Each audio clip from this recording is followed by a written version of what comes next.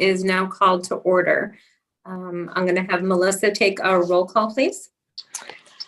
Thank you, Madam Chair. I'll go down a list of members by member agency. Please indicate if you're present or serving as proxy, if not already indicated.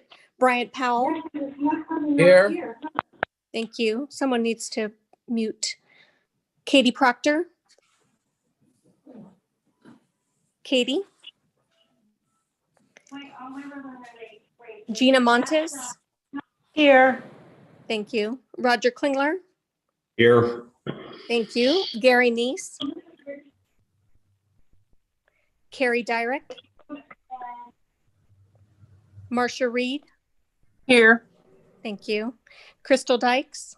Present. Thank you. Brent Billingsley. Present. Thank you. David Trimble. Here. Thank you. Kathy Valenzuela. Here. Thank you. Patrick Banger. Kevin Phelps. Jeff Kulaga. Here. Thank you. Bill Stevens. Reed Spalding. Here. Thank you. Is there anyone here from City of Maricopa? Chris Brady. Here. Thank you. Jill Kymek. Jeff Tyne. Here. Thank you. Ed Zerker. Here. Thank you. Tammy Rael. Here. Thank you. John Cross. Here. Thank you. Scott Smith. Here. Thank you. Brad Lundahl. Here. Thank you. Mike Frazier. Here. Thank you. Andrew Ching. Pilar Sanawi. Vince Lorfeis. Jeannie Blackman. Here. Thank you. And our chairwoman is present. Is there anyone that I missed? So we do have a quorum. Thank you. Just as a reminder, all attendees entered the meeting muted. Phone-only attendees will need to press *6 to unmute at the beginning of the meeting, and if they are subsequently muted by the host.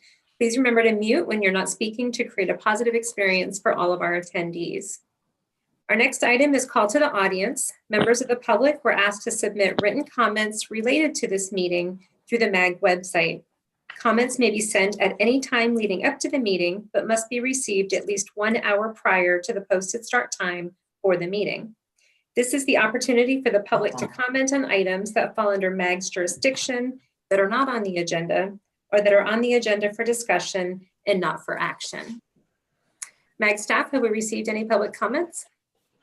Thank you, Madam Chair. We received no comments for this item or any other item on the agenda. Thank you. So we'll move on to agenda item number 3, Executive Director's Report. Eric Anderson.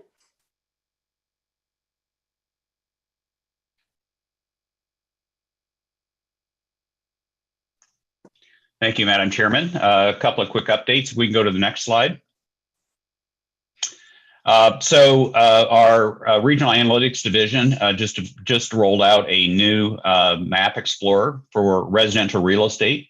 It also happened to win the best overall application in the Maps and Apps Challenge in the Arizona GIS Council. So very a shout out to Kirk Kottner of our RAD division who led this effort, and it's been well received, to say the least.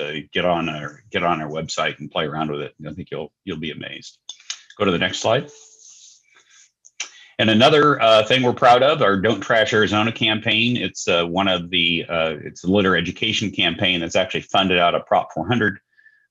The Don't Trash Arizona, Arizona is our home campaign, won the highest level award at the Arizona Innovation Marketing Association's TIM Awards. And the consultant that we use that developed the concept off Madison Avenue also achieved mastery in integrated consumer marketing category, which sounds impressive. So, Madam Chairman, that's what I have for you today. Thank you. All right, members, please contact Eric after the meeting if you have any questions regarding this report. We will go to item number 4, approval of the consent agenda. Agenda items 4A through 4N are on the consent agenda. Does any member of the MAG Management Committee have questions or like a presentation on any of the consent agenda items? Hearing none, could I have a motion to recommend approval of consent agenda items 4A through 4N? Madam Chair, Roger, recommend approval. This is Marcia. I'll second. Thank you. We have a motion from Roger and a second from Marcia. Is there any discussion of the motion?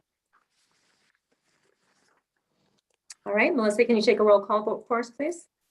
Yes, Madam Chair, I'll call your name. Please indicate how you vote. Bryant Powell. Yes. Thank you. Katie Proctor. Yes. Thank you. Gina Montes. Yes. Thank you. Roger Klingler. Aye. Thank you. Marcia Reed. Aye. Thank you. Crystal Dykes. Aye. Thank you. Brent Billingsley. Aye. Thank you. David Trimble. Aye. Thank you. Kathy Valenzuela. Aye. Thank you. Jeff Kulaga. Aye. Thank you. Bill Stevens. Aye. Thank you. Reed Spalding. Yes. Thank you. Chris Brady. Yes. Thank you. Jeff Tyne. Yes. Thank you. Ed Zerker. Ed. Yes. Thank you. Tammy Ryle. Thank you. John Cross. Yes. Thank you. Scott Smith. Yes. Thank you. Brad Lundahl. Aye. Thank you. Mike Frazier. Aye. Thank you. Andrew Ching. Yes. Thank you. Jeannie Blackman. Chairwoman Arundel, how do you vote? Aye. Thank you. Is there anyone that I missed? Melissa, Patrick Banger and Gilbert, yes. Oh, thank you, Patrick. So the consent agenda does pass unanimously. Thank you. Item number 5 is emerging trends in housing and homelessness. MAG Regional Analytics Director Annabelle Bagley will lead the presentation and will also be joined by Human Services Planner Sarah Kent and Amy St. Peter as well. Thank you, Madam Chair. Thanks for the opportunity to present some data to start this important discussion about housing affordability and homelessness. Next slide, please. The first big thing to look at here, really, I'll be discussing the housing market and housing affordability. And not a big news for all of you is the fact that we are living in Phoenix metro area has been an extremely hot housing market right now in terms of pricing and sales. Our median sales price have really shot up at about 50,000 over the past year. That's about 17%. That blue line that's showing that 288,000 to somewhere about 350, 335,000 is for Maricopa County. And you see the monthly data that we're getting from housing sales that we're collecting. Next slide, please. Another way of looking at this is really looking at the inventory of housing by different price points. And this chart is extremely telling, where that bar on the most left is 2011, where in 2011, our biggest percent of housing that was being sold, the transactions were under 200,000. They accounted for about 75% of our sales. As of this year, right now, they are about 25%. On the other side, under 300 to 400,000 used to be about 20, is currently now about 24%. So if you look at that bars, the market has completely changed. We did not really have a market at the $400,000+ range in sales, and that is now accounting for about a quarter of the sales at this time. Now, there's multiple reasons for this. Obviously, our interest rates are extremely low. We are getting a lot of out-of-state buyers, and not only are we getting a lot of out-of-state buyers are generally also paying a much higher amount, about 25% higher than Arizona buyers itself. And I'm happy to bring in more data as there's interest on that. That's next slide, please. The next piece of the puzzle really is not only what's going on in the housing price run up on the sales side, is what's happening on the rental side. And this chart is extremely telling. On back in 2010, 2011, we used to have about a quarter of our market, about 25% was under $500 for an apartment for a rental. That is completely gone. That's not there anymore. That market doesn't exist. Even the less than 1,000, our primary market, if you look at that, greens, the light green and the dark blue is the 500 to under $1,000, and that number, that percent, which used to be about 90%, is now about 30-some%, and that is a complete change in the housing market itself. And obviously, the higher side, as you saw on the housing sales side, has increased quite a bit. Next slide, please. So what our team did was not only were we looking at the housing sales and the rental, but we looked at an affordability question of what is affordability. In general, the affordability metric is thought to be at about 30% of your household income going towards housing. The map that here is showing you areas and the percentage of households that are paying more than 30% of their household income in housing costs. The areas in red, those block groups in red, are actually, there are more than 45% of the households are paying more than 30% of their household income towards housing. So that basically means about 30% of our region's household, about 30% of our region's households, that's about 478,000 households, are paying more than 30%. 212,000 households are paying more than 50%. And most of these households are in that under $60,000 median income. But the other concerning part is about 50% of these households are single worker households. And if you correlate this to the mapping, the data analysis we've been doing on the unemployment metrics and unemployment filings, these areas are high on the unemployment side too. Next slide, please. Taking this analysis forward, what our team did was we looked at major job centers and looked at the percentage of workforce that is making less than 60,000 and paying more than 30% of income for housing. This map is again showing you the similar data, but now looked around from a perspective of workforce and highlighting the fact that there is a large percent of our workforce, about 24% of our workforce that is making less than $60,000 per year. And they are getting highly impacted by paying a lot of housing costs. Next slide, please. The final pieces of data I'd like to bring up is things that you're well aware of is the evictions.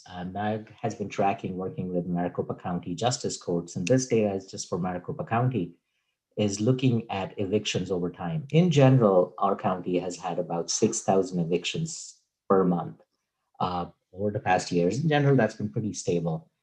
Most of these have dropped down to, since March, because of the eviction moratorium, they came down to about 4,000. The low end was about May, where we were about a quarter of where we were.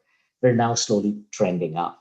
The evictions moratorium, there were three evictions moratoriums. One is the state moratorium that expired October 31st, and there are two federal moratoriums that expired December 31st. The big question from these charts, and next slide, please, and the maps here is are these households going to be able to pay the back rent that is due? The maps here on the left is showing you evictions by zip code, as it was at 68,000 some evictions that by zip code in 2019. The map on the right, similar areas, same areas that you saw on the highly impacted areas in terms of lower income, single worker households that are currently being impacted in 2020. So there's already about 30,400 some evictions that have happened. Now the question going forward, is there a large demand? Is there a large number of evictions coming in the future? And what does that do to our housing market and the housing rental prices, et cetera? Next slide, please. The final slide really reiterates that same point that I was talking about, that about 77% of these evictions are in areas with less than median incomes, less than $60,000 per annum. And that basically gets to the fact that these are the highly vulnerable households. Next slide, please. I'll hand the presentation over to Sarah Kent from our Human Services team to discuss the regional homelessness and be available later to answer any questions. Thank you, Madam Chair. Thank you so much, Anubhav, and thank you, Madam Chair, members of the Management Committee. As Anubhav said, I'm Sarah Kent, and I'm a Human Services Planner at MAG in the Regional Continuum of Care. Next slide, please. MAG and the Continuum of Care participate in the point-in-time homeless count. The PIC count, as we call it, is an annual street and shelter count that determines the number of people experiencing homelessness in Maricopa County during a given point in time. And the point in time that I'm referring to is the night of January 27, 2020.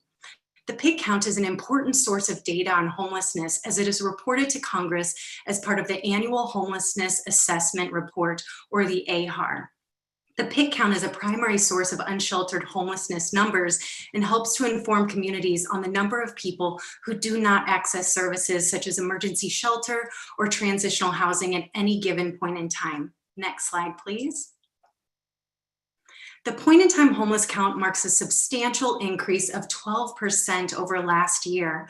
There's a steady increase in homelessness in Maricopa County, and with eviction rates being one of the highest in the nation, as well as affordable permanent housing decreasing, our county is simply not keeping up with the impending crisis that is homelessness. Next slide, please. Homelessness is increasing overall, and for folks who are homeless and sleeping on the streets, this is a huge crisis. Perhaps more troubling is the fact that for the first time, the number of people on the streets, which you can see here in orange is 3,767, has surpassed the number of people in shelters, which is 3,652 in this bluish color. The unsheltered population has been steadily increasing since 2015 and grew by 18% compared to 2019. The most alarming point that I want to make on this slide is that chronic homelessness has gone up 118% since 2015.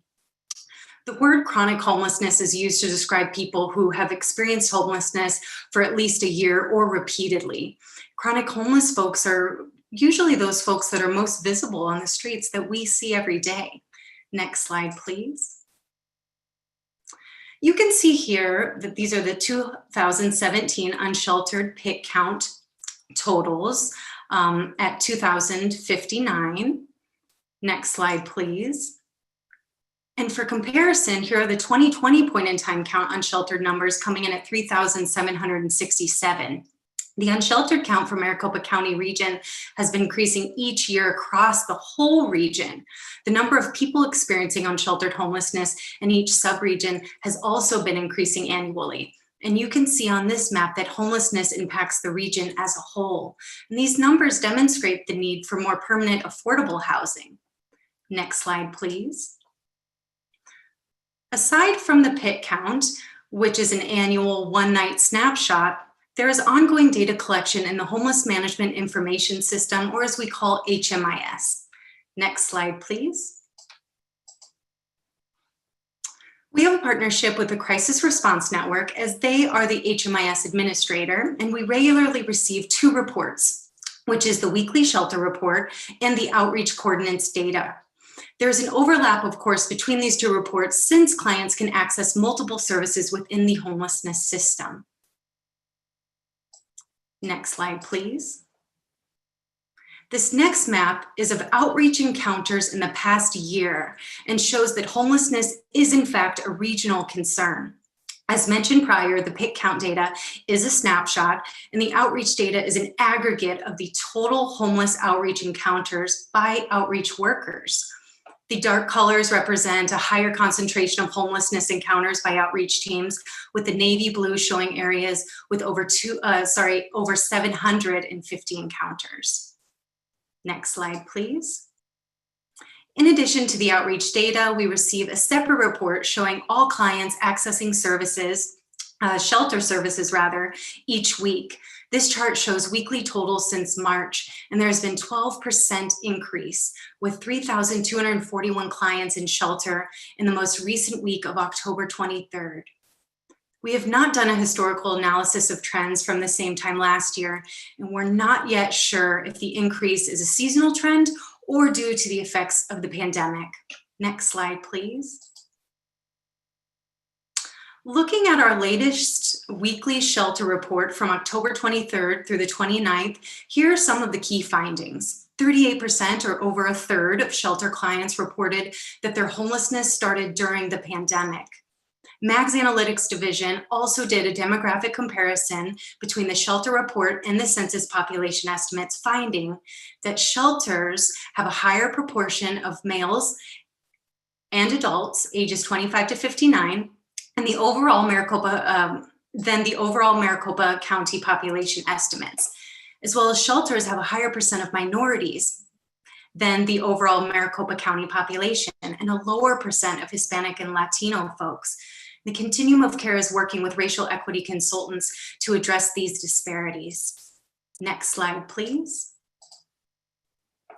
For the weekly shelter report, clients are asked to self-report their primary reason for homelessness. As you can see here, the top 3 reported reasons are economic, eviction, and family dispute and overcrowding. There are various answers to these categories, of course, but quite a few of these are related to economic reasons, including loss of job and even evictions. These points will be interesting for us to keep an eye on to see whether the impact of the pandemic is reflected in the reported reasons for homelessness, particularly as the moratoriums are set to expire at the end of the year, as Annabeth mentioned. Next slide, please. Our next steps are to deepen and broaden the data available to understand housing and homelessness trends. And based on the data, with political will and community support, we can coordinate a strong, comprehensive regional approach and take serious action to reduce homelessness. And lastly, we can build sustainable resources to support ongoing efforts to keep folks housed. If you leave with one message today, please know that homelessness is solvable. The continuum of care and MAG are working very hard on efforts to end homelessness, as we are concerned about the growing number of folks who are experiencing homelessness every single day in our region. We're bringing this information to you with hopes that we can all come together to address these issues with a true regional approach. Next slide, please. If you're interested in receiving our reports with additional information, you can reach out to me directly and I'd be really happy to provide you with a point in time count report, as well as the municipal response to homelessness report. And that, Madam Chairwoman, concludes our presentation on homelessness and housing affordability. And I want to thank you all very much for your time. And I'll be turning it over to Amy St. Peter, who will be leading further discussion. Thank you so much. Thank you, Sarah. Thank you very much, Madam Chair and members of the MAG Management Committee, for this opportunity to engage you on this very, very important topic. As my coworkers have pointed out, and I'm sure that you've seen very vividly in your communities, homelessness is on the rise throughout the entire region. And there are a number of reasons that contribute to this trend. The purpose of my comments today is to share with you how we're building capacity within MAG and with our regional partners to address this critical need, to listen to your priorities and to receive any direction that you might have, and to discuss next steps that we can take to reduce homelessness through a collaborative regional approach. MAG first took a formal role in homeless planning back in December of 1999, when a continuum of care came to be housed at MAG. Since then, for more than 20 years, we have staffed the continuum of care. Every single year, we have developed a HUD application on behalf of the region, and we've supported a number of related efforts, such as the homeless recount that you just heard about. Just last year, the HUD application brought in more than $28 million to our region to support 30 homeless assistance programs. Since 1999, since we started to develop this application on behalf of the region, we've brought in nearly $460 million to support housing programs and homeless programs here in the region. The majority of the programs funded are permanent supportive housing, supporting nearly 2,000 beds, providing a really critical resource to the region. We do at MAG receive a small portion of this grant to support our staffing. We are also very thankful for the homeless planning assessment that you as member agencies provide in the amount of nearly $73,000. This funding that we receive, both from you as member agencies and from HUD, we use to support our staffing as well as the consultants who help us to drive this work forward. The Continuum of Care Board is focused on expanding and increasing their work and policy. They understand the needs are more dire than ever, and they're rising to meet that challenge. They are continuing work in a number of critical areas, such as examining the racial equity and homeless service delivery. Within MAG, we're building capacity by leveraging staff in other divisions, as you've seen today. We're also bringing on additional consultants to help us with this work, moving it forward. We're working closely with you and with a number of other very important stakeholders throughout the region to address this need. The efforts underway, such as those in the city of Phoenix, the East Valley, the West Valley, are really important to develop strategies that are responsive to your individual areas, to your cities and towns. We have also just joined a new regional effort. This is called the Regional collaborative on homelessness that includes MAG, Maricopa County, the United Way, Vilas Health Foundation, the Arizona Housing Coalition, and ASU. Together, we're committed to working with our individual partners and to working together. And we'll be targeting some outreach to ensure that we bring diverse perspectives to the table and to ensure that we include a variety of different people in this very important work. Our priority in all of these partnerships is to create and implement actionable strategies that will move people from being homeless to having homes of their own. We understand that this creates pressure. The increasing homelessness puts pressure on you as city managers, it puts pressure on your elected officials to deliver new solutions that will work and that can be sustained over the long term. Please know that we stand ready to partner with you as we work together to meet this critical need. Your feedback will help us to align our activities in order to deliver a responsive and relevant regional approach. We've been having lots of conversations recently, and we understand that your most pressing priority is on action. We're interested in the long-term planning. Homelessness will likely not go away anytime soon, so we need that long-term view. But we do need action right now because your communities are in need and the people living on the streets are in need as well. This proposed action needs to be attainable as well as being politically palatable. We understand as well and agree that the solutions need to address the general population, all people who are homeless, and not be focused exclusively on one subpopulation or another. We also agree and support that the solutions need to be regional in nature. Homelessness affects many communities directly, and it affects even more communities in an indirect way. And so the solutions need to be regional and need to represent this geographic diversity. We've also heard interest in acquiring a better understanding of the costs associated with the strategies to address homelessness, as well as the funding available to address homelessness. Being able to communicate and validate the value received from planned as well as current investments will be critical to keep this work moving forward. And finally, benchmarks. We will need benchmarks to demonstrate the progress made and to identify any mid-course corrections. It's critical to define, measure, and communicate success moving forward. Our timeline is as follows, pending your feedback and your partnership. During the month of November, we will be working hard to garner your support and your direction regarding any priorities that you might have. In particular, we want to identify how you would like to be involved in these efforts. We will be launching a study on the best regional approaches to homelessness, as well as we will be conducting that cost and funding analysis. We'll continue to partner with the Regional Collaborative on Homelessness, and we'll continue, of course, to staff and work with the Continuum of Care Board and Committee to refine their strategies moving forward. In December, we will be completing those two studies, as well as starting a new study looking at how we can best site new facilities throughout the region. We'll be engaging regional council in this work to determine their priorities and their preferred action moving forward. In January, we hope to be working very closely with you as we start to pivot to action. Your direction, again, will help us to develop that responsive and relevant regional approach. We encourage your feedback now and in the upcoming months and in the years to come. Your feedback on this will be very critical and helpful. In particular, right now, again, I do want to stress, we want to know how you'd like to be involved and how we can best serve you as local communities as we develop this strengthened, more robust regional approach. This does conclude our presentation, but we really hope to hear any questions or comments that you might have. Thank you very much for your time today, as well as for your partnership and moving forward. Thank you, Madam Chair. Thank you. Very interesting report. So at this point, the item is on the agenda for information discussion, but also possible action. So I think it might be best to start and see if membership has any questions, comments, anything that we want to discuss at this point. Madam Chair? Yes, please go ahead. Hi, it's Brad in Scottsdale. Well, first, thank you to MAG and MAG staff for elevating this issue up. This is definitely something that's very important that we have these discussions, and I wholeheartedly think it's something we should be working on regionally. But I did have a question on, it was one of the previous slides that showed kind of the universe of causes of homelessness. I was hoping maybe someone could run me through that. There we go, that one. I see substance abuse is only 4%. That seems odd to me.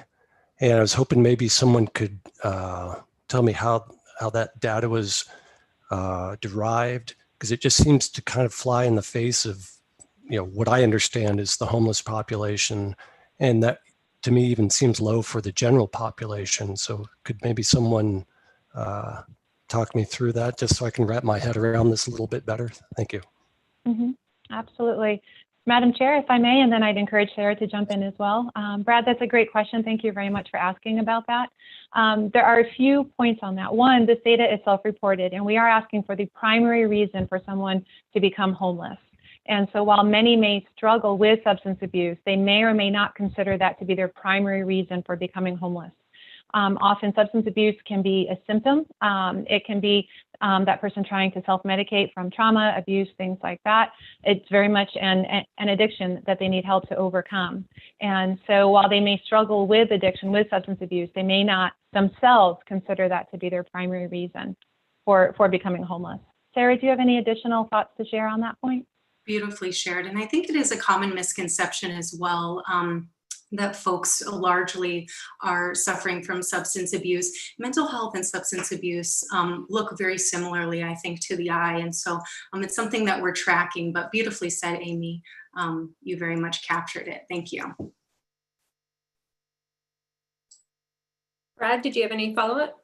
No, that makes sense more. I guess I didn't note that it was more self-reported. So yeah, that makes a little bit more sense. But again, I think that's something we still need to take into consideration, both the substance abuse and the mental health aspect, along with everything else. But again, thank you to MAG staff. This is really important. I'm glad we're working on this. Madam Chair, this is Ed. Yes, please go ahead.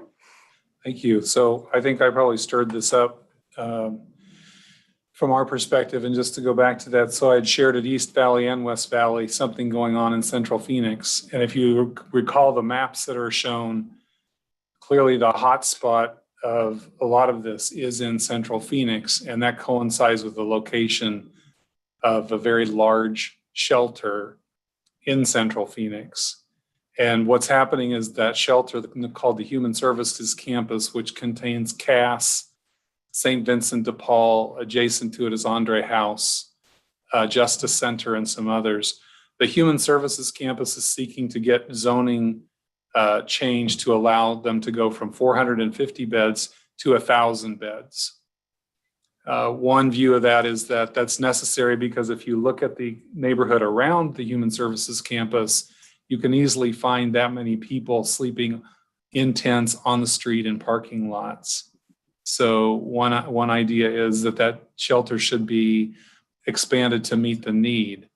The other side of that is the neighborhood and businesses and landholders and renters around that area who have reached their fill of the effect of that Human Services Campus on their quality of life. And so they are actively opposing the zoning case, and city staff in Phoenix are trying to work through that, and our elected officials are caught in that.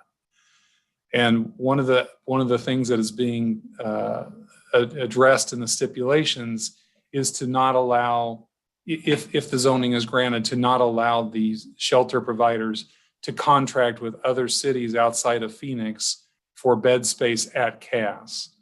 Trying to get at the issue of the Central Phoenix shelter is not the place for people experiencing homelessness from throughout Maricopa County. And so I brought that up just as an information piece because this is getting more and more attention with our neighborhoods in Phoenix. And the feeling is that this one particular neighborhood is not the repository for the failures of the entire city, county, or state. And also, by the way, the neighborhood is primarily people of color, minorities, and low income. And so there's an equity component to it as well. So really where it's leading to is we have to come to some grips with this. And I want to thank Amy and Sarah. The presentation was outstanding and really put things into clear focus. But I guess to get at the end of it, I'm not sure that the management committee is the place for this to start. I think this is something that our elected officials are going to have to grapple with. And I know many of them are starting that dialogue. Mayor Carlott in Peoria and some West Valley mayors. I know the East Valley's got a strong effort going on that side, led by Tempe and Mesa. So thank you for that. But I think we need to sort of be ready to assist our elected officials I don't know that there's a vision I have of the management committee is going to come out with this great thing that's going to lead the elected officials. They're going to have to come to some ideas together as to what they want to do. And then we need to be ready to support that. Madam Chair, may I? Yes, please go ahead. Thank you very much, Madam Chair and Ed Zucker. I absolutely agree. We are planning to go to Regional Council at their next meeting in early December, hoping to get their buy-in, their feedback on this, and their direction in terms of how they'd like to see MAG support you as our member agencies, and particularly in the development of that regional approach. And I also say I appreciate the comments that you made, Amy, about planning and action, because I think this is an area in which there's a plethora of planning about homelessness, and it often substitutes for action, not because the planners are doing anything wrong, but because the actions that it takes are so hard to do. I mean, really, we know what it is to solve it, and Sarah said it, homelessness is solvable, but no one's done that. And the reason why is not because any of us are incompetent. It's because the actions are really, really, really hard. You know, I would say if you want to solve homelessness, then every city in Maricopa County should have a shelter with wraparound services for some number of homeless individuals. And each one of us, when we hear that, thinks, oh my God, how am I ever going to get that in my city? How am I going to zone it? How am I going to place it? How am I going to afford it? So I think the action is the really, really hard step. The planning is necessary, but that's not to say I think the MAG staff is doing a great job in bringing these issues up. So I just want to express my appreciation for that.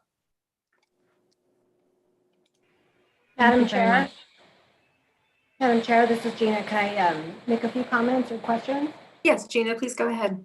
The first, I don't know, comment and question is, I'm wondering how the study and the communication will work between management committee and the cities versus the continuum of care committee, because I was on that committee back in the day when cities were more on it. I know some cities are still represented, but it changed over to be primarily the providers, and so I don't, maybe I'm just not hearing kind of what's going on, with that as much as I'd like to, particularly. And the concern that I have is that if there's a study that's going on, that's going to tell cities, this is where we think services need to be cited, and there aren't, or, that's kind of what I heard, is that you're going to look at part of that issue will be discussed in the study. How will the cities be kept in the loop and have input on how that study is designed?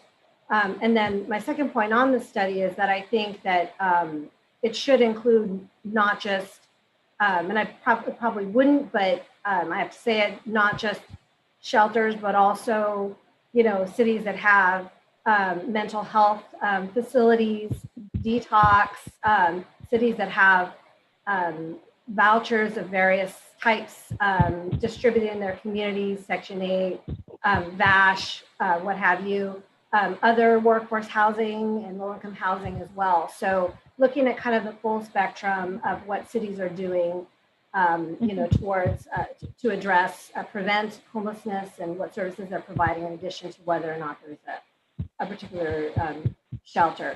But I do kind of echo what Ed had said about, our elected officials and them.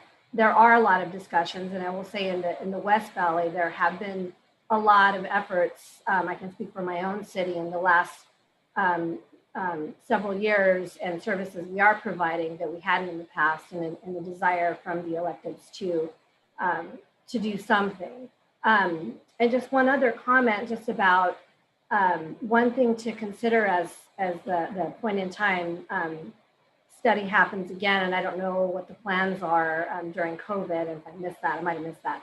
But, you know, we did a summer point in time just in our jurisdiction with a much, with a bit more robust survey of people who are experiencing homelessness, and got a lot of insight that we didn't get during the winter point in time. And so just to comment on that might be something to consider for the future. And that's it. I'll be quiet now. Thank you very much, Tina. Madam Chairman and Gina Montes. May I respond to that, Madam Chair? Yes, please go ahead. Great, thank you. And thank you so much for those questions and those points. I think it really helps to clarify that a bit. And we agree, we fully support the member agencies being more involved in homeless planning. We are looking at how we can possibly accommodate that in really meaningful ways that really fit with your time and your interests. Possible options there could include expanding the number of seats on the Continuum of Care Board to allow for more municipal members. It could also include having an ad hoc group so that we can have the Continuum of Care effort, but we also have more of a MAG specific effort that's very much focused on the member agencies and on meeting your needs. In terms of the siting study, we would not be telling communities where they should be citing those services, shelters, and housing. The idea of the siting study is to look at best practices, particularly around community engagement and buy-in. Because we can have a great model, we can have the funding, we can have the partners, but if we don't have a community willing to open their arms to that program, then we're probably not going to be successful. So we really want to take a look at where have communities embraced this kind of work, and what can we learn from them. And then we would work very, very closely with you to determine where are the areas that might be more conducive to this, looking at the zoning around it, looking at the communities, making sure that we aren't overburdening the communities of concern and creating those Title VI issues that Zikra had mentioned. And also, too, totally agree. We're not just looking at shelter here. We're looking at services, wraparound services, employment services, looking at housing. Affordable housing is a critical element, as is permanent supportive housing. So there's enough work to go around, and there's a lot of strategies that we know about that do work, but we need to figure out how to implement them more successfully throughout the region. But we will be working very closely with you as our member agencies to achieve those goals. Jenna, any follow-up? No, thank you for that. I appreciate it. And I did have the sense that you would be looking more holistically, but I still want to make that comment. So thank you. And I know for Avondale's part that we would be interested in being more involved in whether it's an ad hoc committee that's created, or if we need to apply to try to be on the Continuum of Care or the membership's expanded. We're open to whatever that may be. But as cities, as cities really look even more closely at this than we have in the past, I think it would be important to make sure that those voices are better represented on the Continuum of Care. Thank you. Other member questions, comments, input? Madam Chair, Yes, please go ahead, Andrew. thank you. I want to echo some of what I've heard already from those who have commented. I know the term inflection point gets tossed around a lot in terms of whether we are or we are not. When it comes to homelessness, I don't think there's very much denying that we're at that point where the kinds of decisions that we make over the next number of years will be critical. We have an idea of what it looks like based upon a lot of the major cities in the West Coast and even other parts of the country where homelessness has become even more of a crisis than what we're seeing now. We have the opportunity. The question is, do we have the political will to think about things in terms of the entire region? And I really appreciate what Meg is doing. I think this is an appropriate way to go about asking this question, and going to regional council in December will be telling. There is only so much that managers can do. We can recognize the issue, we can marshal forces to look at, study, cajole, speak, but at some point, the commitment of the time and the resources necessary is going to require a political decision-making at a regional level. And the fact that we have regional council as a body that can speak to that is great. I think it begins the conversation. It certainly doesn't end it, because the next step would be for those members of the regional council to go back to their respective city and town councils and continue the conversation there to see what kind of resources we're going to commit to and where will we place. I guess in terms of what Ed had said, I agree with him mostly, but I will say that even if every city and town in the region had proportionate shelter space within their communities, that would only move people who are otherwise unsheltered homeless into sheltered homeless. They're still not taken out of the numbers of homeless. They're just simply those who have shelter at that particular time. So really, I want to kind of echo what Gina said, which is it has to be the full spectrum. We have to start thinking about affordability across the region in terms of housing, services, employment centers, transportation. You know, the overall picture that's going to have to be made from a political perspective has got to include all of the various elements. All of them are important, but none of them standalone work by themselves. In Tempe, this is all the more acute. We have a significant and growing problem, as do many cities. And the problem isn't that the people are homeless, and that in itself does cause some of the secondary neighborhood effects I think that Ed spoke very eloquently to. However, it really has to do with sort of the humanitarian piece, which is what kind of city, what kind of county, what kind of region do we want to be? And I think we're at that place where we have to answer those questions and know, you know, to what extent we're going to have a regional approach or something other than that. The time is now, and I really appreciate the presentation by MAG and all of the work that their staff has done to support the efforts that we've been doing in the East Valley over the last several years. So thank you. Thank you, Andrew. Other member questions, comments, input? Julie? Yes, Chris. Thank you. Thank you for the presentation. I thought it was very interesting. I also kind of was had a few questions as I saw some of the data. One thing I would caution about is where we count, how we count homeless and where they are when we count them. We have a tendency to believe that, and you can see kind of where the hot spots are, is sometimes because that's where the services are being provided. If you have a food kitchen, if you have a shelter like downtown Phoenix, or if you had, you know, that's where they're going to be. And when you're counting them, it does show up. And I think that is kind of a fundamental issue, Amy, that you're going to have to struggle with, because politically there's a high sensitivity about providing more services as becoming an attraction that the homeless come to those services, which kind of makes sense. And that's what I think Ed is up against. And so I do think you're challenging, you're going to hear this at regional council from some of the politicians, is everybody has to be in this program. And I appreciate what you said. And I agree with you. We have to kind of do this encouragement.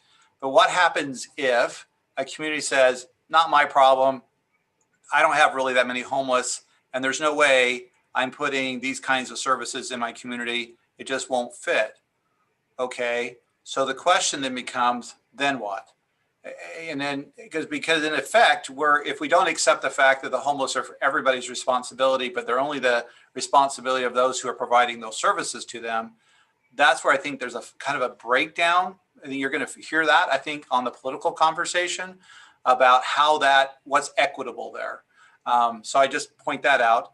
I noticed in your survey that I saw on the footnote, I think it was small print, that survey about the reasons for homeless was those who were in shelters.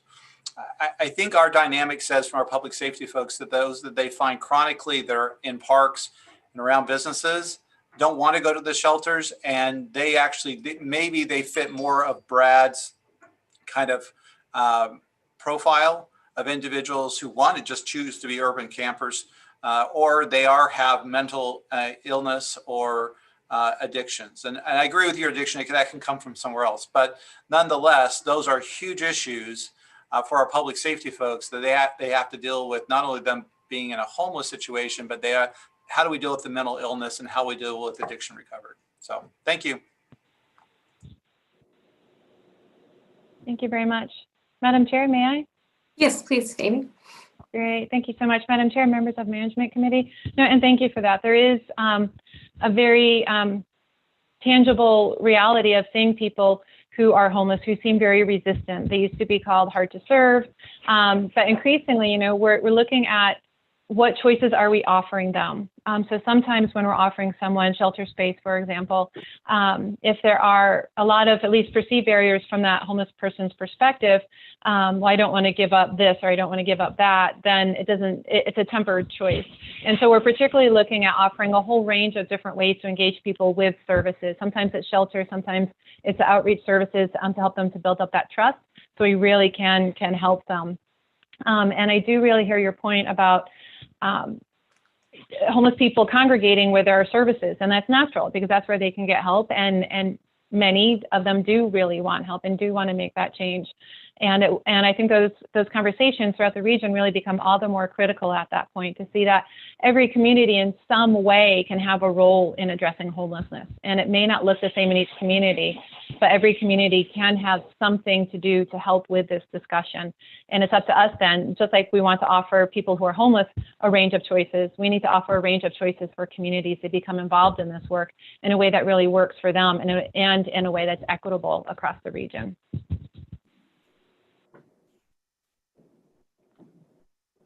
All right, great discussion. Anyone else would like to add their 2 cents or ask any questions? Madam Chair, this is Bryant. Yep, Bryant, please go ahead. Yes, hey, I just wanted to say, even we're working hard in areas where maybe a little more rural, but our transportation issues and wanting to connect to the greater region. I do want everyone to know, even in Apache Junction, we want to be part of the discussion. We have folks who can live in a very safe place in the desert and do come to congregate in our nonprofits, but we have in Apache Junction, maybe some of the most affordable housing, and maybe some of we have 119 mobile home parks and a lot of tiny homes and fairly decent rent, but we don't have transportation and we don't have access to a lot of services or jobs. And so I just want us to keep keeping this on our minds. It is a part of our elected officials dialogue, and we're going to keep working hard with our regional partners in MAG and with East Valley Group. So I just wanted to share that, Julie, and let everybody know that's part of the whole part of the process too. Thank you, Bryant. All right, well, I think we're getting pretty close on time. I appreciate the robust conversation. I think we are not going to go with any action at this time, is not what I'm hearing, but rather we will, pay close attention to what happens at our regional council in early December. So thank you, MAG staff, for that presentation. And we're going to move on to item number 6, which is a Census 2020 Regional Outreach Campaign Performance Report. MAG's Lori Bergsap will introduce this item. Lori? Thanks, Madam Chair and members of the MAG Management Committee, for the opportunity to share performance data from MAG's outreach efforts for Census 2020, the nation's count of all people living in the United States. We will hear from MAG's consultant, Tim Reister, in just a moment. Census 2020 began on March 12th of this year and concluded October 15th. More than 99.9% of all households in Arizona and across the country have been enumerated. Despite the challenges, including a possible citizenship question, changing deadlines, and a global pandemic, the Maricopa region achieved record self-response rates. Self-response includes all forms completed online, by phone, or by mail, with the rest of households accounted for by Census Bureau follow-up in person. Next slide, please. The latest data from the Census Bureau shows the self-response rate for Maricopa County at 68.3%, higher than Arizona's self-response rate at 64.1%, and the nation's self-response rate at 67%. Maricopa County also surpassed the county's self-response rate set in 2010, which was 66.5%. The self-response rate for Pinal County is at 58.4%. Before we get into media performance, I would like to share a few lessons learned from MAG's Regional Census Communication Group, which provided oversight for the campaign. Next slide, please. While many agreed in-person events had the biggest impact, the reliance on digital strategy was very effective. Member agencies also expanded partnerships into safe, contact-free engagement, such as food bank flyers, social media contests, yard signs, and door hangers. Having bilingual staff, advertising, and collateral help reach important communities. And member agencies sharing their resources and ideas work to benefit all. Next slide, please. Now to campaign performance. We will be sending you a detailed performance report after today's meeting, but we have Tim Reister, Chief Executive Officer of MAG's consultant firm, here to share some highlights. Tim? Lori, thank you so much, Madam Chair, members of the MAG Management Committee. I personally am here to thank you for this very important work. My staff was immensely proud to work on this under Lori's direction with her and her team. And we're excited to share with you some of the results from the effort today. Next slide, please. You can see that we used quite a mix of media, leading with television and radio, but we also used very targeted print advertisements to reach some of the very specific ethnic communities and multicultural communities. Out of home was also very important to the campaign. And as Lori mentioned earlier, social media and digital media was a new component of the campaign that was very effective. Next slide, please. Our objective for the campaign was a 92% reach. And we're very pleased that we extended that and we're able to achieve a 95% reach of all adults years 18 plus throughout Maricopa County with an average frequency of 30 times. That means the average person in Maricopa County saw your campaign an average of 30 times. That sounds like a lot, but it needed to be a lot because the advertising started in August of 2019 and ran through the end of the campaign that was just here several weeks ago. Next slide, please. Reister used a tool called Google Data Studio to measure all aspects of the campaign. This was extremely helpful to us and very helpful to Lori and her team because on a daily basis, we were able to monitor which components of the campaign were working most effectively. And instead of digging, because I know this is sort of hard to see on the screen, we wanted to share a few specific results, so we put those on the next slides. Next slide, please. You can see here with the social media update, the campaign delivered almost 43 million impressions through social media and nearly 150,000 engagements. So engagements are when people took action as a part of the campaign. They clicked through or they shared it with a friend or they posted likes about it. And although we were on 3 different forms of social media, Twitter, Instagram, and Facebook, Facebook was the highest performing component of the social media plan. At the end of the campaign in mid-October, we posted a thank you video. We wanted to reach out and let the community know how much we appreciated their participation. And then all of the pages were closed down Monday of this week. Next slide, please. You'll also see that the website performed very well. And I should have pointed this out on an earlier slide when I showed you Google Data Studio. We had a very high usage among Hispanic members of the community and those preferring to speak Spanish. Very, very high usage. So your decision to allow us to communicate this campaign both in English and Spanish and provide the website in both languages was very important and very successful. Overall, the website delivered almost 285,000 page views, and the sessions topped 230,000 for over 173,000 people. The average pages per session were 1.2, and we actually had 1,000 people click through the website to take the survey directly through the website. We weren't expecting that this time. Most people look to the website for information, and then they fill it out either at their leisure through their internet browser at home or through the survey sent to their home. But it was good to see that some people actually converted directly from the website. Next slide, please. In summary, we wanted to share with you some video highlights, and I hope this streams well for you because so many of you were helpful with this campaign. You will see yourselves in this video where you'll see some of the people with whom you work. So please take a look. You'll see that all 3 phases of this campaign, you'll recall we started with education just so people understood how important the census is to their particular community. Then we went into an awareness phase where we were explaining it's coming and this is what you need to do.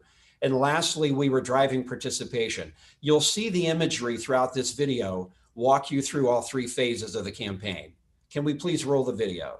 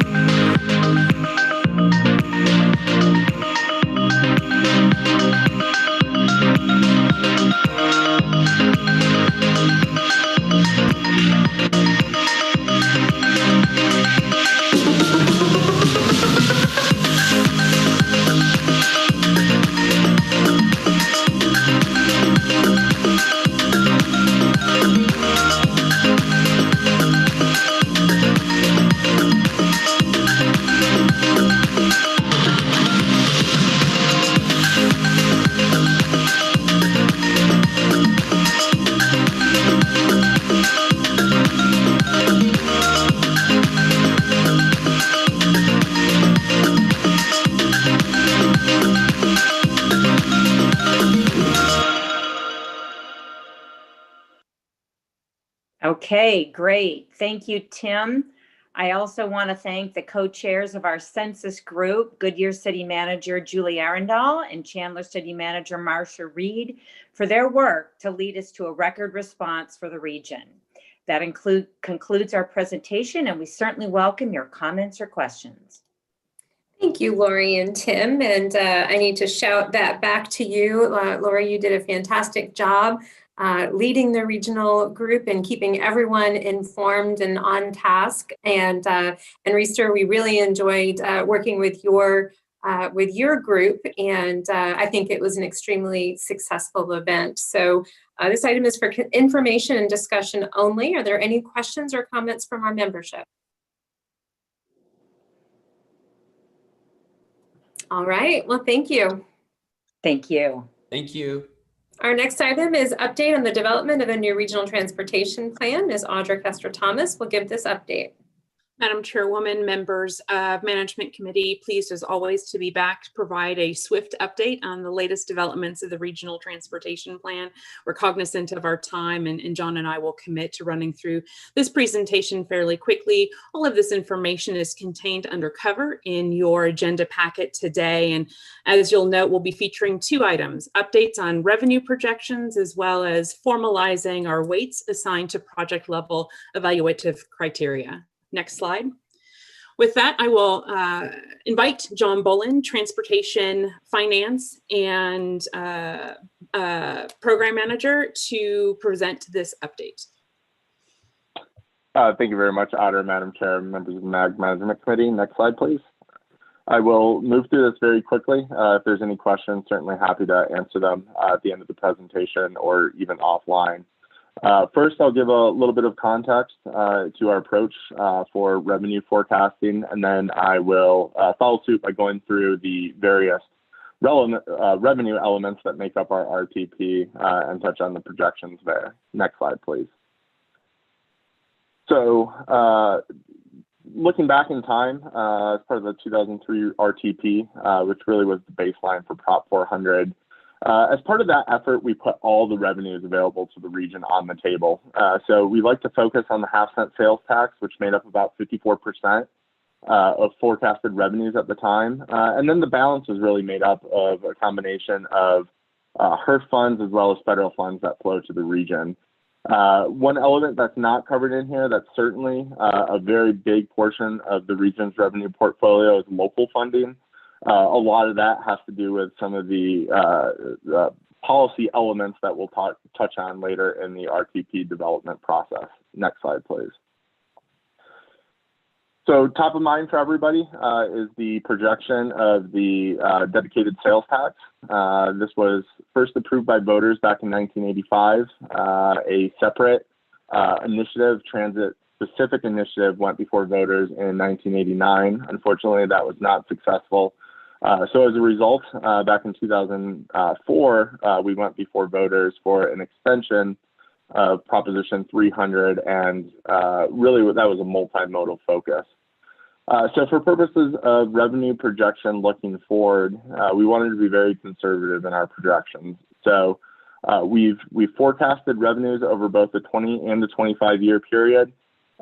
We are assuming a half cent for purposes of this exercise, but certainly depending on the planning process and direction from you all, we can change that however you deem fit. So we're projecting a real growth rate. So that's growth taking out the impact of inflation of 2.3% over 20 years, and then over 25 years, 2%. Compare that to historic average going back to 1985. Which is 2.5%. So again, a conservative approach. Next slide, please. So over a 20-year period, we are projecting a total of just under $15 billion in current year dollars. Extending that out an additional 5 years, we're looking at $19.5 billion. Next slide, please. So another component of the regional revenue portfolio is HERF funding. Of course, you all are familiar with this funding source from the perspective of your own budget. Both state law as well as state transportation board policy allocates a portion of HERF into the region's freeway program. And of course, those decisions are controlled by MAG through the RTP process. Next slide, please. So one element I will draw your attention to, of course, we've discussed it at length.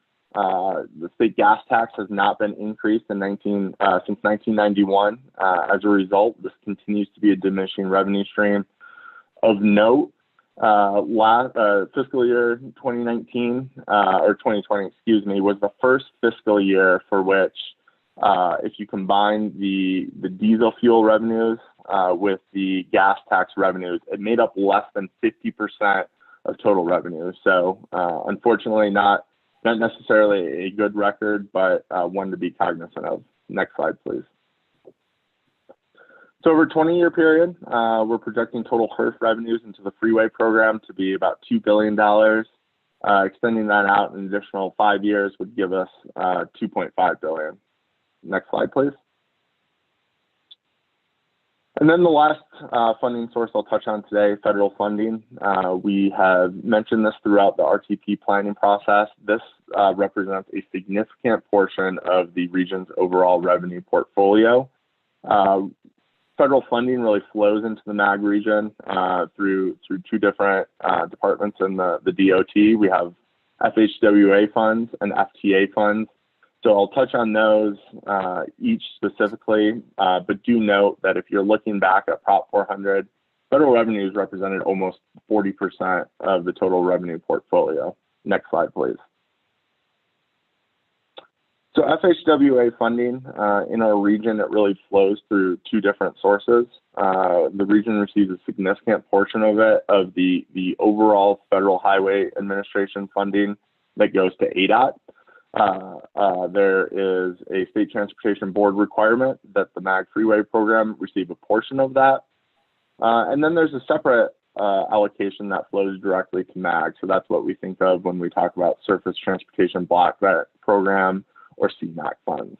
Next slide, please.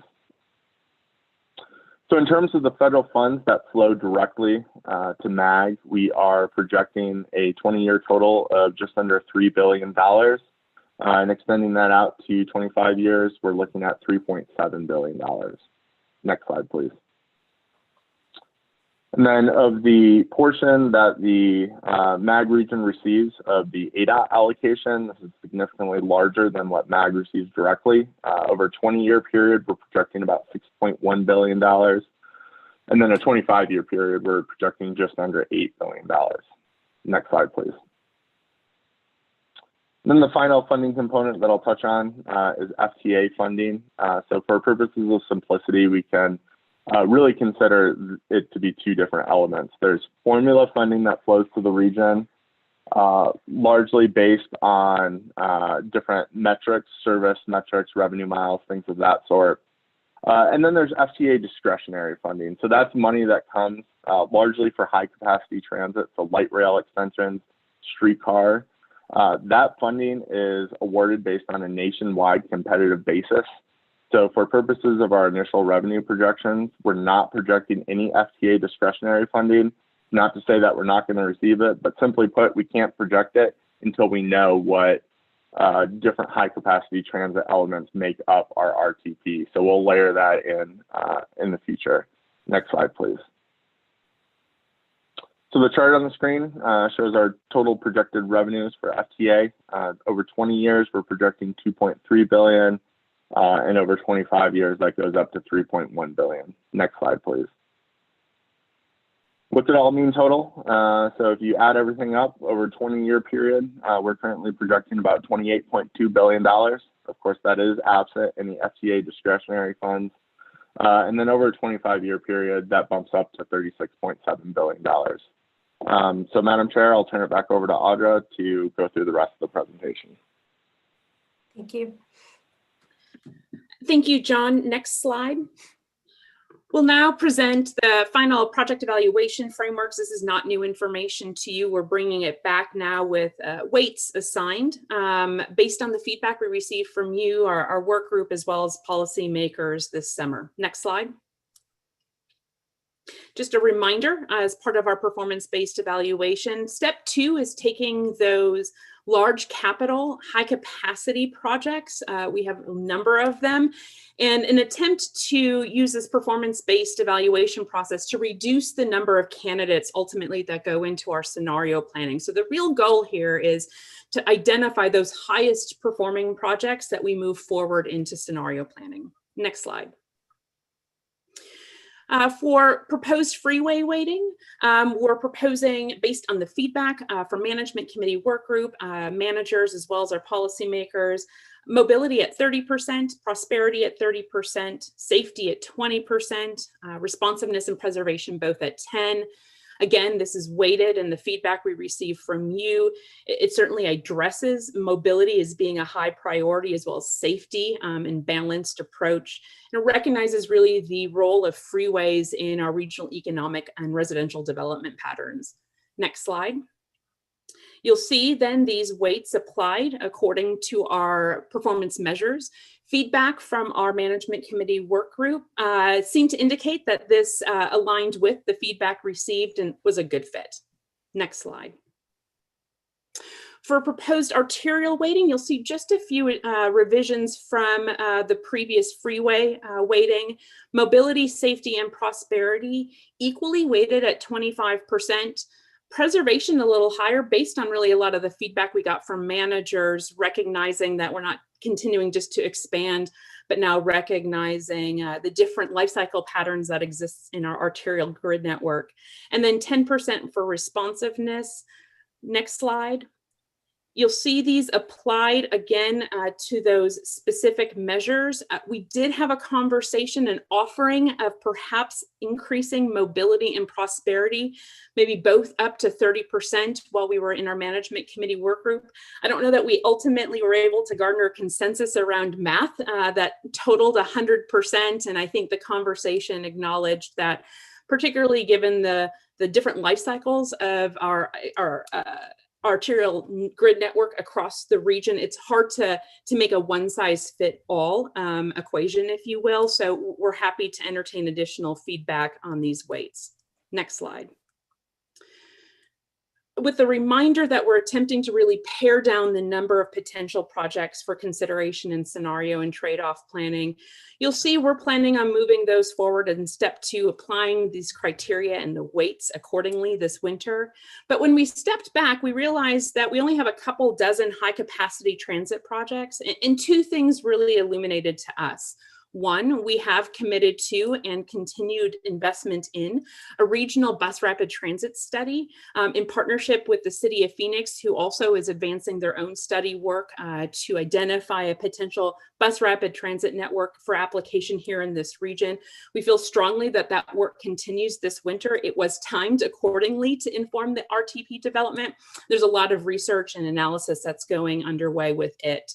But also because of the limited number of high capacity transit options, as well as the unique tools available to us in in our modeling and scenario planning exercises, we feel we can better address and analyze what a systems approach looks like for some of these high capacity transit options, particularly focused on where demand and the movement of people is the highest in the region. Next slide. So one more thing as we conclude our presentation today, we want to remind you that this isn't purely a technical evaluation process.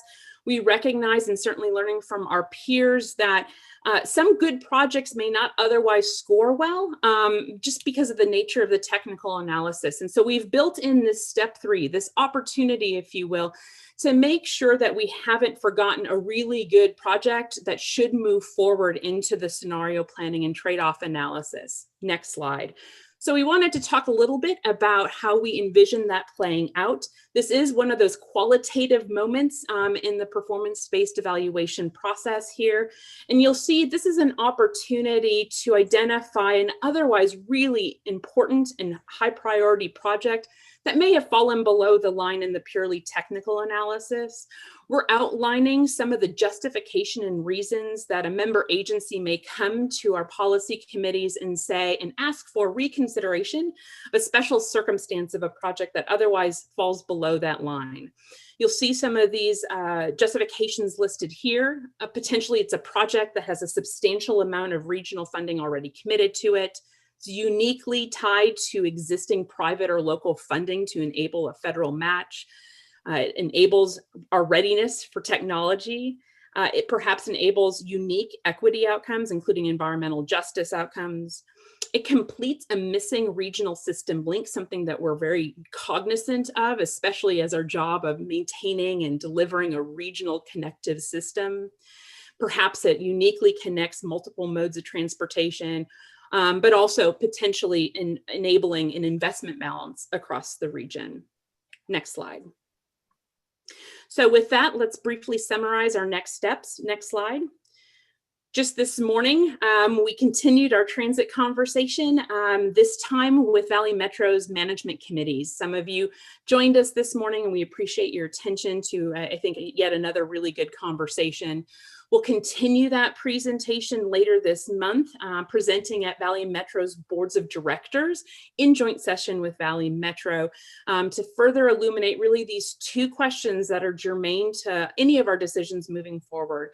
You know, regardless of the portfolio of funding, we do not have enough resources to ultimately deliver all of these needs. And so when we're considering the scarce resources that we have, you know, what are the core elements of a regional transit system, and ultimately, what is the region's role in funding it? especially given consideration to the local presence of funding to enabling our existing transit system to date. We'll continue these conversations. We think they're extremely important, and so far I think have gotten really positive feedback. The other thing I'll note with our Valley Metro coordination is their partnership in helping to refine our cost estimates, both for projects as well as operational costs moving forward. It'll be really critical. We know that that's information that is germane to your decision-making and your policymakers' decision-making, and working with Valley Metro to fine-tune that information over the course of this winter. Next slide. So with that, our pathway forward is this. We have a lot of technical work that we need to get underway and finish in order to answer some of the important questions you have asked us. This includes producing a baseline operations and maintenance obligation, so we know what the floor, if you will, of obligation moving out of Proposition 400 and into the year 2026 looks like, and what amount of the tax is already consumed. This includes detailed project and program cost estimates. We've provided our detailed revenue projections for you today. The next is to identify more fine-tuned cost estimates for the projects and programs identified. This also includes project level scoring, applying the rubric that we have presented here today, and then getting us set up for scenario planning, trade-off analysis, getting our modeling underway, building that 2050 network, which is important and needed. We are in a non-containment area for air quality, and all of this is extremely important to informing the ultimate decision for attainment. And then, of course, polling and continued public engagement. We, in discussions with the Management Committee Work Group, we are preparing to have our next Management Committee Work Group meet on February 1st. The calendar at the end of January didn't quite work out, but we are going to be moving the timing of that meeting to the 4th Thursday of the month. It's hard to find a date that works for our entire region. So just wanted to acknowledge that the calendar in 2021 will largely comprise of the 4th Thursdays of each month. With that, that completes our presentation. Eric, I don't know if you wanted to jump in and provide any concluding comments. Sorry, I had to get my get me unmuted here. Yeah, thank you for the presentation. I think we're making some progress. I think the as Audra and John said, we really think it's important that we kind of back up a little bit and put together this baseline scenario. And again, the baseline scenario is including those items that are already committed for in Prop 400 transit operations. We talked about that in the past. That in John's slide had 105 million, plus landscape and litter. Continue to maintain that on the highway program. That's about 13 million. There's a couple other minor categories. Both Valley Metro and MAG received some Prop 400 funding off the top. So that presumably would continue too. And then we also have to pay Department of Revenue for revenue collections of the tax. That's about $2.5 million a year too. So those will be included in what we call this baseline. And the baseline is maybe a misnomer because it's really committed commitments that are already on the books, essentially, and the transit operations is a good example of that. So we're not going to add other projects into that at that point in time, but that'll be part of the discussion at the next work group meeting too. Thank you. Thank you, Meg Staff. So this item is for information and discussion only. I'd like to see if there are any questions, comments, input from membership.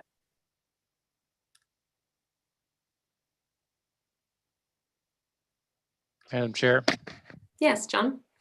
Yeah, thank you very much. Let me just start with a couple of general comments and one that's maybe a little bit more specific. Just reiterating some of the comments made at the working group. And before I begin, just wanted to thank the MAG staff again for all their work on this and look forward to the additional work that's yet to come here over the next several weeks. And as we turn the corner of the new fiscal year, I do think we're making some important progress on a lot of these real substantive policy issues. Generally speaking, from our perspective, we're very interested in seeing a mix of different types of projects across the sort of the myriad of categories, the freeways program, the arterial, and certainly transit program. And the other general comment would be the scenarios really need to account for projects over the entire life cycle of whatever term we're talking about, or ultimately is approved, whether it's 20 or 25 years.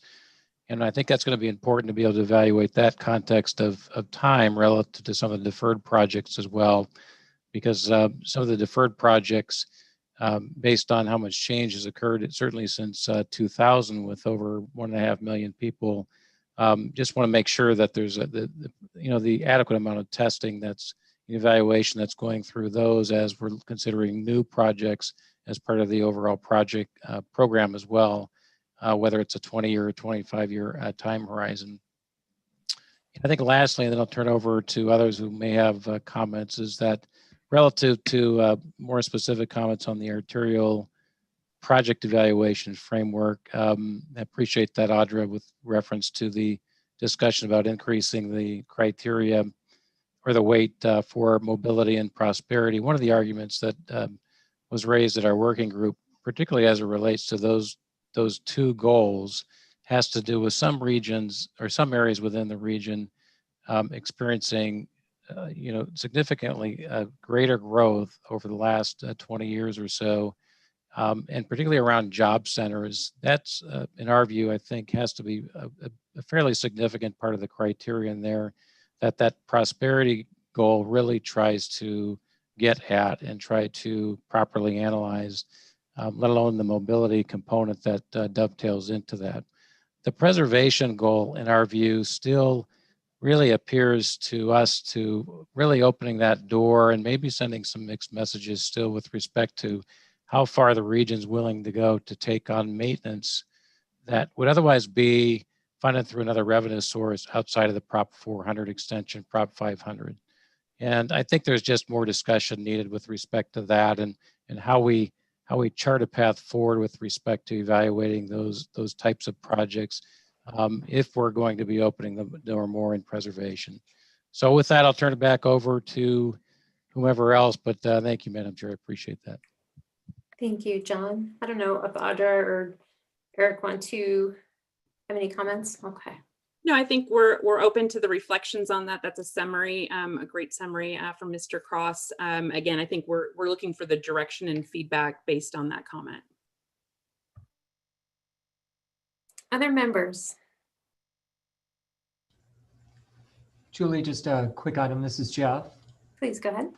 Thank you, and great process. Really learned so much, and MAG staff, from all that you've provided to us. So thank you for that. And I think I'm glad, Audrey, you brought up about the qualitative assessment. I think that is something that's important to a lot of us, is hearing a bit about what is the jurisdiction's priority, how does it integrate with the larger system, the efforts of geographic balance, a number of those other pieces. The only thing that often many of you have heard me say is I don't look at that as a reconsideration after scoring, but actually part of the consideration itself.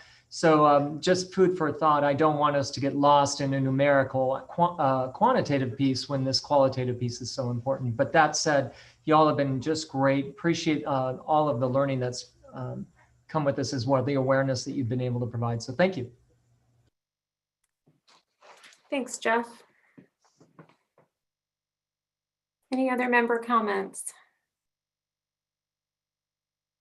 I know we're running a little short on time today. Audra, I appreciate your fast talking. It's a lot of information, and even those of us who were able to sit through it to the work group, I know I continue to learn and have new reflections as I hear the information. So what are next steps on this? Is it going to regional council next? Madam Chairwoman, members of Management Committee, just like we have every step of the way, the next stop is Transportation Policy Committee. As you know, they are really the leaders in this conversation, according to state statute and in historic context and development of the RTP. We won't rush through this nearly as much with those policymakers next week or the week after. Then it'll go to Regional Council. Okay, thank you very much. So if there's nothing else on that, we'll move to item number 8. And for our legislative update, not that there's anything going on in that world, Mr. Pryor will give us an update. Thank you, Madam Chair, members of the Management Committee. Record turnout, all eyes have been on the general election results Even within the past hour and a half, Secretary of State Katie Hobbs has cautioned against prematurely picking out winners and losers, if you will, from the various races. So starting with the federal, depending on your media outlet, some are projecting Biden has taken Arizona in the presidential race. I'd back all this up by saying also in this morning, we started off this morning with identifying about 400,000 ballots still to be counted in the state of Arizona. That number has gone up to 600,000. So really captures the fluid nature of all this. But continuing with the federal side, Mark Kelly has been projected for the Senate seat. Tipper Nanny is leading Schweikert as of 9 a.m. this morning by 0.5 percentage point. So again, waiting for all those ballots to come in. On the state side, we're seeing Prop 207, legalization of recreational marijuana leading 59%. Then Prop 208, the education effort, leading 52 to 47%. Again, as of 9 a.m., when I went through my notes on the legislature, or on the Senate side, we're seeing Republicans holding a majority, 16 to 14 on those seats.